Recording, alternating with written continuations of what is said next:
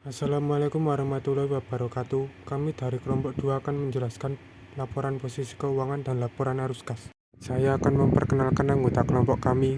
Pertama ada Vienes Uksa, kedua Sandy Aulia, ketiga Nanda Nafta, keempat Violina. Pengertian laporan posisi keuangan adalah laporan keuangan yang memberikan informasi tentang posisi aktiva, kewajiban, dan modal yang disajikan pada akhir periode. Kegunaan laporan posisi keuangan mengevaluasi struktur pendanaan, perbandingan sumber pendanaan melalui utang dibandingkan dengan ekuitas. Menganalisis likuiditas, informasinya dapat mereka gunakan untuk menilai kemampuan entitas membayar bunga tepat waktu. Menilai solvabilitas, kemampuan entitas membayar utangnya pada saat jatuh tempo, diukur dengan tingkat hutang jangka panjang yang dimiliki oleh entitas. Menilai fleksibilitas keuangan, ditentukan oleh likuiditas dan solvabilitas. Kemampuan entitas mengambil tindakan tertentu sebagai respons terhadap kebutuhan dan peluang yang ada. Keterbatasan laporan posisi keuangan. 1. Sebagian besar aset dan liabilitas dilaporkan sebagai biaya historis. Yang kedua, perusahaan menggunakan penilaian dan estimasi untuk menentukan beberapa pos yang dilaporkan dalam laporan posisi keuangan. Yang ketiga, laporan posisi keuangan mengabaikan beberapa pos yang memiliki keuangan, tetapi perusahaan tidak dapat mencatatnya secara objektif. Elemen laporan posisi keuangan. 1. Sumber daya yang dikuasai oleh entitas sebagai akibat dari peristiwa masa lalu dan dari mana manfaat ekonomi di masa depan diharapkan akan diperoleh entitas. Kedua, liabilitas kewajiban entitas masa kini yang timbul dari peristiwa masa lalu, penyelesaiannya diharapkan mengakibatkan arus keluar sumber daya entitas yang mengandung manfaat ekonomi. Ekuitas hak residual atas entitas setelah dikurangi semua liabilitas. Klasifikasi laporan posisi keuangan. Akun laporan posisi keuangan dapat diklasifikasikan, artinya laporan posisi keuangan dikelompokkan bersama pos yang serupa untuk memperoleh subtotal yang signifikan. IASB menunjukkan bahwa bagian dan subbagian laporan keuangan akan lebih informatif daripada laporan keuangan secara keseluruhan.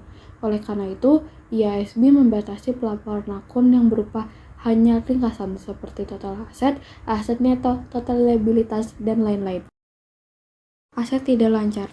Aset tidak lancar, non-current assets, adalah aset yang tidak memenuhi definisi aset lancar, terdiri dari investasi jangka panjang, aset tetap, aset tak berwujud, dan aset lainnya. Aset lancar adalah kas dan aset lain yang diharapkan oleh perusahaan dapat dikonversi menjadi kas, dijual atau dikonsumsi dalam suatu tahun atau dalam siklus operasi maupun yang lebih lama, seperti persediaan, piutang, biaya dibayar di muka investasi jangka pendek, dan kas. Ekuitas adalah jumlah uang yang akan dikembalikan kepada pemegang saham suatu perusahaan jika seluruh aset perusahaan dicairkan dan seluruh hutang perusahaan dibayar. Nilainya ditentukan dari total pencairan seluruh aset perusahaan dikurangi dengan total hutang perusahaan yang harus dibayar. Liabilitas jangka panjang adalah kewajiban yang biasanya tidak akan dilikuidasi oleh perusahaan dalam waktu lebih dari 1 tahun atau siklus operasi normal. Liabilitas jangka pendek adalah kewajiban yang pada umumnya diharapkan oleh perusahaan untuk diselesaikan dalam siklus operasi normal atau tahun maupun yang lebih lama. Tujuan dari laporan arus kas adalah untuk memberikan informasi yang relevan tentang penerimaan dan pembayaran kas dari suatu perusahaan selama suatu periode. Ini adalah format laporan arus kas. Laporan arus kas memiliki 3 bagian. Yang pertama, aktivitas operasi melibatkan pengaruh kas dari transaksi yang masuk ke dalam penentuan laba neto.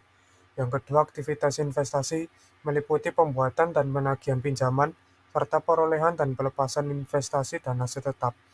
Yang ketiga, aktivitas pendanaan, mencakup pos-pos liabilitas dan ekuitas.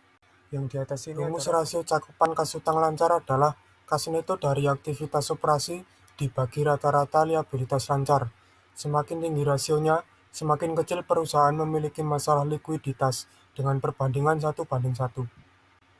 Misalkan sebuah perusahaan memiliki aset lancar berjumlah 150.000, sementara itu kewajiban lancarnya adalah 100.000, maka rasio cakupan kas utang lancar adalah 150.000 dibagi 100.000 sama dengan 1,5. yang artinya perusahaan tersebut sangat kecil kemungkinan mengalami masalah likuiditas. Misalkan rasio cakupan utang kas adalah kas neto dari aktivitas operasi dibagi rata-rata total liabilitas. Semakin tinggi rasionya, semakin kecil perusahaan akan mengalami kesulitan dalam memenuhi kewajibannya pada saat jatuh tempo.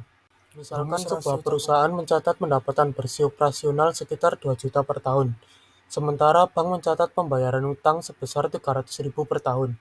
Maka rasio cakupan utang kas adalah 2 juta dibagi 300.000 sama dengan 6,67, yang artinya dapat menutupi pembayaran utangnya sebanyak 6 kali lipat. Rumus arus kas bebas adalah kas neto dari aktivitas operasi dikurangi pengeluaran modal dikurangi dividen. Misalkan sebuah perusahaan memiliki pendapatan operasional sebesar 500.000 per tahun, pengeluaran modal sebesar 100.000 per tahun, dan pembayaran dividen sebesar 50.000 per tahun. Maka arus kas bebasnya adalah 500.000 dikurangi 100.000 dikurangi 50.000 sama dengan 350.000, yang artinya arus kas perusahaan tersebut adalah 350.000. Informasi tambahan, laporan keuangan dan catatan atas laporan arus kas. IFRS mensyaratkan setiap entitas untuk menyajikan satu set laporan keuangan lengkap setiap tahun. Seiring dengan laporan keuangan tahun berjalan, perusahaan juga harus memberikan informasi komparatif atau comparative information dan periode sebelumnya. Dengan kata lain, entitas menyajikan 2 set laporan keuangan lengkap beserta catatan terkait yang harus dilaporkan. Berikut adalah catatan dan laporan keuangan, kebijakan akuntansi, dan catatan atas laporan keuangan tambahan. Berikut mengenai laporan posisi keuangan dan laporan arus kas. Yang pertama adalah asumsi demografis. Asumsi demografis yang digunakan sejalan dengan program pensiun yang diadopsi untuk penilaian aktuarial formal yang terakhir. Dan kemudian ada asumsi mortalitas pasca kerja didasarkan pada analisis tren atau kemungkinan mortalitas pensiunan didasarkan program untuk periode sampai dengan Maret 2006 yang diperbarui untuk mengantisipasi kemungkinan umur yang bertambah panjang selama tahun berikutnya. Yang terakhir adalah contoh data pensiunan di tahun 2007 dan tahun 2008 dan juga analisis aset dan tingkat imbal hasil yang diharapkan. Ada juga contoh dari persentase tersebut.